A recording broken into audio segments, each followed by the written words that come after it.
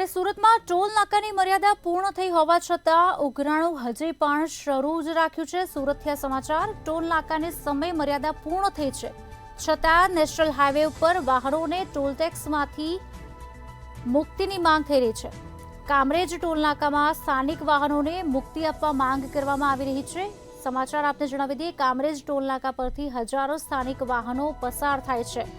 સમય મર્યાદા ટોલ ટેક્સની પૂર્ણ થઈ ગઈ છે છતાં પણ લોકો પાસેથી ઉઘરાણું કરવામાં આવી રહ્યું છે। ટોલ ટેક્સ વસૂલવામાં આવી રહ્યું છે અને તેનું કામ ખાનગી એજન્સીને આપવામાં આવ્યું છે। કોંગ્રેસ દ્વારા ઉઘાડી લૂંટનો વિરોધ કરવામાં આવી રહ્યો છે।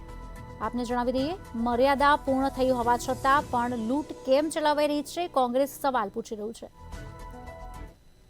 એટલી છે કે જે કામરેજ ટોલ નાકો છે, કોંગ્રેસના રાજમાં જ્યારે બન્યું ત્યારે સુરત શહેર અને જિલ્લાની પ્રજા માટે મફતમાં એનું હતું।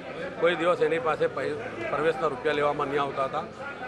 પરંતુ 2014માં ભારતીય જનતા પાર્ટીની સરકાર આવી અને સુરતની પ્રજાને, જિલ્લાની પ્રજાને લૂંટવાનો પરવાનો આપ્યો હોય એ મિજારદાર દ્વારા એના ટોલ નાકાની શરૂઆત કરવામાં આવી હતી। તે સમયે પણ કોંગ્રેસના સૌ આગેવાનો, સામાજિક અને બીજા અન્ય આગેવાનો ભેગા થઈને આંદોલન ચલાવ્યા હતા। એની ફળશ્રુતિ રૂપે એ ટોલ નાકો પર જે સુરતની પ્રજા અને જિલ્લાની પ્રજા પાર્ટીને રૂપિયા લેવામાં આવતા તે બંધ કરવામાં આવેલ।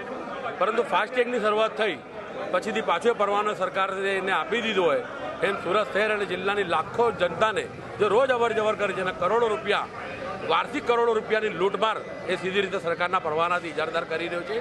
એની સામે ફરીથી અમે બધા ભેગા થયા છે। દર્શનભાઈની આગેવાનીમાં સૌ ગામના, શહેરના, જિલ્લાના તમામ લોકો આગેવાનો ભેગા થઈને આ રજૂઆત કરશું। લોકોના હિતમાં રજૂઆત કરશું। લોકોને આર્થિક લૂંટવાનો પરવાનો સરકારશ્રી તાત્કાલિક બંધ કરે। શહેરની પ્રજા અને જિલ્લાની પ્રજાને ટોલ નાકા પર પ્રવેશમાં આવવા જવા માટે મફત કરવામાં આવે એ માંગ છે। સરકાર સમક્ષ આજે રજૂઆત કરીએ, સરકાર નહીં સાંભળે તો આવનારા દિવસોમાં લોકોને સાથે રાખીને ગાંધી ચિંધ્યા માર્ગે ઉગ્ર આંદોલન કરશું।